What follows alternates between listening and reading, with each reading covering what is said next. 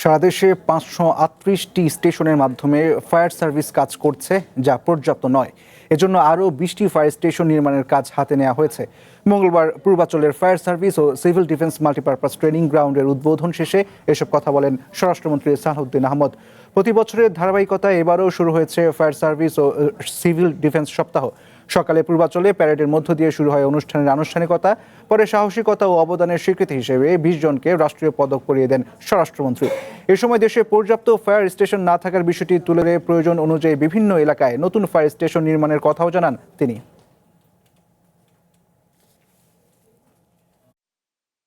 20টি fire station নির্মাণ ও পুনর্নির্মাণের প্রকল্প বাস্তবায়নের কাজ চলমান রয়েছে। অ্যাম্বুলেন্স সেবা সম্প্রসারণের লক্ষ্যে 100টি অ্যাম্বুলেন্স সংগ্রহের কাজও চলমান রয়েছে। অতি সম্প্রতি ডুবুরিদের সক্ষমতা বাড়াতে 72টি পদ সৃজনের প্রস্তাব অনুমোদন করা হয়েছে। এই বাহিনীর ফায়ার স্টেশনের সংখ্যা বৃদ্ধি এবং পরিকল্পনা অনুযায়ী সদস্য সংখ্যা 30,000-এর অধিক করার জন্য ফায়ার সার্ভিসের অর্গানোগ্রাম পুনর্গঠনের প্রস্তাবও বিবেচনাধীন রয়েছে।